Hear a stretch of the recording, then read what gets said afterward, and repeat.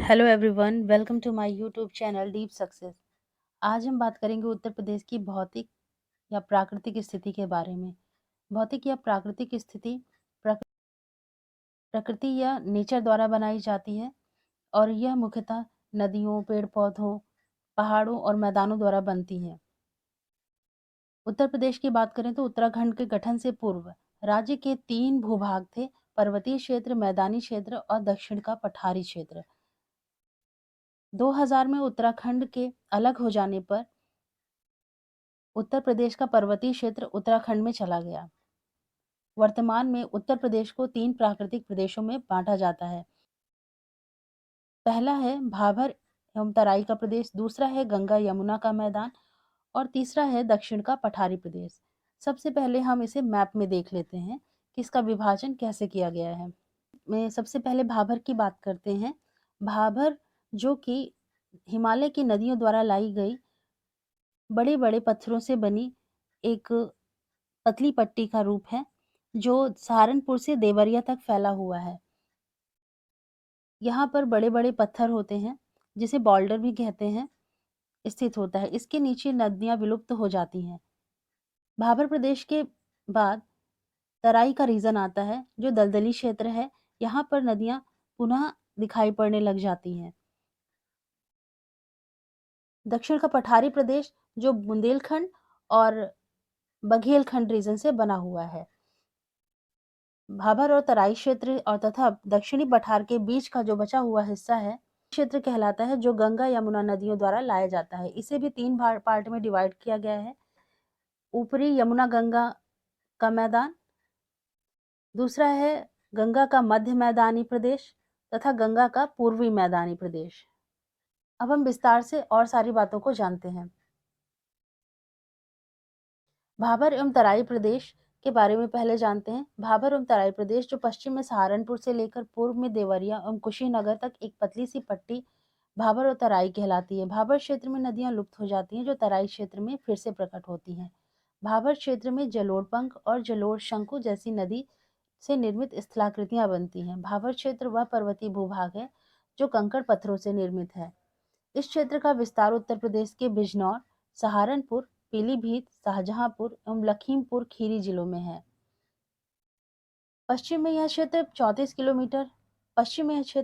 Kilometre चौड़ा है, परंतु पूर्व की ओर बढ़ने पर यह संकरा हो जाता है। तराई क्षेत्र तराई क्षेत्र भाबर के दक्षिण में दलदली एवं गाद मिट्टी वाला क्षेत्र है, जो महीन अवसादों से निर्मित है। घने जंगल और लंबे हाथी घासों से ढका हुआ तराई क्षेत्र कभी 80 से 90 किलोमीटर तक चौड़ा था। इसके अंतर्गत सहारनपुर, बिजनौर, रामपुर, बरेली, पीलीभीत, लखीमपुर खीरी, बहराइच, गोंडा, बस्ती, सिद्धार्थनगर, गोरखपुर, महाराजगंज, देवरिया और कुशीनगर जिले के भाग आते थे। इधर कुछ वर्षों से भूमि सुधार कार्यों के कारण इसकी चौड़ाई काफी कम हो गई है। मैप में हम इन स्थानों को पहले देख लेते हैं। तो मैप में देखा जा सकता है कि तराई क्षेत्र में सहारनपुर, बिजनौर, रामपुर, बरेली, पीलीभीत, लखीमपुर खीरी, बहराइच, गोंडा, बस्ती, सिद्धार्थनगर, गोरखपुर, महाराजगंज, देवरिया और कुशीनगर जिले के कुछ भाग आते हैं। प्रदेश के ऊंचाई वाले भागों में मिलने वाली प्राचीनतम जलोढ़ मिट्टी को राढ़ या फिर राढ़ के नाम से जाना जाता है। भाबर क्षेत्र और दक्षिणी पूर्वी क्षेत्रों को छोड़कर पूरे प्रदेश नदियों द्वारा बाढ़ के दौरान लाई गई कॉप मृदा से बना हुआ है। यानी यमुना गंगा वाला पूरा मैदानी भाग कॉप मृदा से बना हुआ है। दूसरा हम देखते हैं गंगा यमुना के विस्तृत मैदानी प्रदेशों को। तो इसको 3 भागों में बांटा गया है, जैसा कि ऊपर हमने मैप में देखा था। गंगा यमुना का ऊपरी मैदान, दूसरा है गंगा यमुना का मध्य मैदानी प्रदेश तथा गंगा का पूर्वी मैदान। गंगा यमुना के ऊपरी मैदान का विस्तार लगभग 500 किलोमीटर लंबी एवं 80 किलोमीटर चौड़ी पट्टी के रूप में है। गंगा यमुना के मध्य मैदानी प्रदेश का विस्तार उत्तर प्रदेश के सहारनपुर, बिजनौर, मेरठ, मुजफ्फरनगर, बुलंदशहर, अलीगढ़, हाथरस, मथुरा, आगरा, मैनपुरी, एटा, बदायूं, मुरादाबाद तथा बरेली जिले में मिलता है। तो हम मैप में भी देख सकते हैं कि गंगा यमुना के मध्य मैदानी प्रदेश का विस्तार उत्तर प्रदेश के सहारनपुर, बिजनौर, मेरठ, मुजफ्फरनगर, बुलंदशहर, अलीगढ़, हाथरस, मथुरा, आगरा, मैनपुरी, एटा, बदायूं, मुरादाबाद तथा बरेली जिलों में मिलता है, जो एरो से दर्शाए गए हैं। यानी गंगा यमुना के मध्य मैदानी प्रदेश का विस्तार इस रीजन में मिलता है। और अगर हम बात करें गंगा यमुना के पूर्वी मैदान का विस्तार कहाँ है, तो गंगा यमुना के पूर्वी मैदान का विस्तार वाराणसी, जौनपुर, गाजीपुर, आजमगढ़, बलिया, मिर्जापुर, सोनभद्र तथा संत रविदास नगर में है।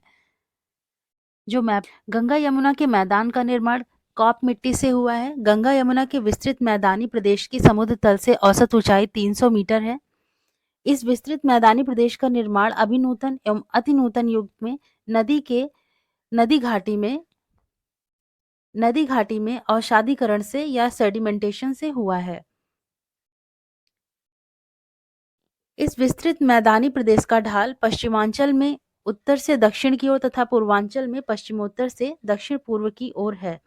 दक्षिण का पठारी प्रदेश, तीसरा जो विभाजन किया गया है उत्तर प्रदेश का, वो किया गया है दक्षिण का पठारी प्रदेश, जिसका कुल क्षेत्रफल 45,200 वर्ग किलोमीटर है। दक्षिण पठारी प्रदेश के अंतर्गत बुंदेलखंड एवं बघेलखंड के 2 भूभाग सम्मिलित हैं। दक्षिण का पठारी प्रदेश, यह क्षेत्र दक्कन के पठार का ही प्रसरण है तथा इस भूभाग का उत्तरी सीमा यमुना तथा गंगा नदी द्वारा निर्धारित है तथा दक्षिणी सीमा विंध्य पर्वत द्वारा निर्धारित है। पूर्व में केन नदी तथा पश्चिम में बेतवा तथा पाहुज नदियां इसकी सीमा निर्धारित करती हैं।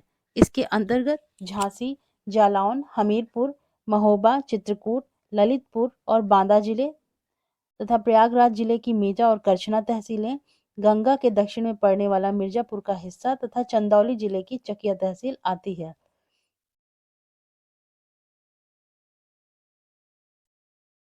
इस पठारी क्षेत्र की सामान्य ऊंचाई 300 मीटर के आसपास है तथा कुछ स्थानों पर यह 450 मीटर से भी अधिक है। मिर्जापुर, सोनभद्र जिले के कुछ स्थानों पर कैमूर और सोनाकर की पहाड़ियां लगभग 600 मीटर तक ऊंची हैं। बुंदेलखंड का निर्माण उत्तर प्रदेश के दक्षिणी उच्च प्रदेश में विंध्यकाल की प्राचीनतम नीच चट्टानों द्वारा तथा निम्न प्रदेशों में नदियों द्वारा निक्षेपित मिट्टी से हुआ है। बुंदेलखंड के पश्चिमी भाग में काली मृदा का विस्तार है, जो मालवा पठार का ही विस्तार है। कैमूर श्रृंखला बुंदेलखंड से लगी हुई है। इनकी रचना विंध्य शैलों से हुई है। बुंदेलखंड में चलास नामक घास बहुतायत में पाई जाती है। बघेलखंड क्षेत्र में शंक्वाकार टीले बहुतायत में मिलते हैं। बघेलखंड क्षेत्र की प्रमुख नदी सोन नदी है। बघेलखंड के उत्तर एवं दक्षिण में क्रमशः सोनपुर एवं रामगढ़ की पहाड़ियां अवस्थित हैं। दक्षिण पठार प्रदेश की औसत ऊंचाई दक्षिण पठारी प्रदेश की औसत ऊंचाई 300 मीटर है। दक्षिण पठारी प्रदेश का ढाल दक्षिण से उत्तर की ओर है। दक्षिण पठारी प्रदेश की प्रमुख नदियां चंबल, बेतवा, केन, सोन एवं टोंस हैं। कम वर्षा के कारण इस पठारी क्षेत्र में वृक्ष वनस्पतियां छोटी होती हैं। यहाँ की मुख्य फसलें ज्वार, तिलहन, चना और गेहूं हैं। तो ये था यूपी स्पेशल में उत्तर प्रदेश की भौतिक स्थिति के बारे में। उत्तर प्रदेश के कुछ अन्य फैक्ट के साथ हम अगले वीडियो में मिलते हैं। और अगर ये वीडियो आपको अच्छा लगा तो इसे लाइक करें, शेयर करें और चैनल को सब्सक्राइब करें।